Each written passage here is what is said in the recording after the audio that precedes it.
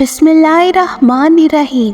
السلام علیکم ناظرین، ہمارے پیارے آقا صلی اللہ علیہ وآلہ وسلم شب قدر میں نماز ادا فرماتے، ذکر و اذکار فرماتے، تسبیحات فرماتے اور قرآن پاک کی تلاوت بھی فرماتے۔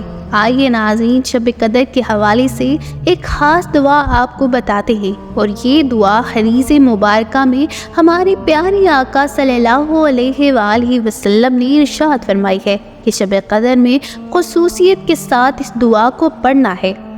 حضرت سیدنا عائشہ صدیقہ رضی اللہ تعالی عنہا فرماتی ہیں کہ میں نے پیارے آقا صلی اللہ علیہ وآلہ وسلم کی بارگاہ میں عرض کی کہ یا رسول اللہ صلی اللہ علیہ وآلہ وسلم، اگر مجھے شب قدر کا علم ہو جائے تو میں کیا دعا مانگوں؟ تو پیارے آقا صلی اللہ علیہ وآلہ وسلم نے فرمایا کہ تم اس طرح دعا مانگو۔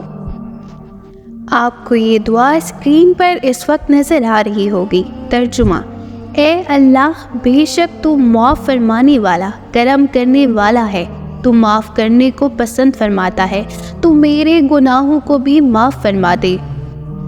تو ناظرین، رمضان المبارک کے تاک راتوں میں یہ دعا ضرور مانگیے۔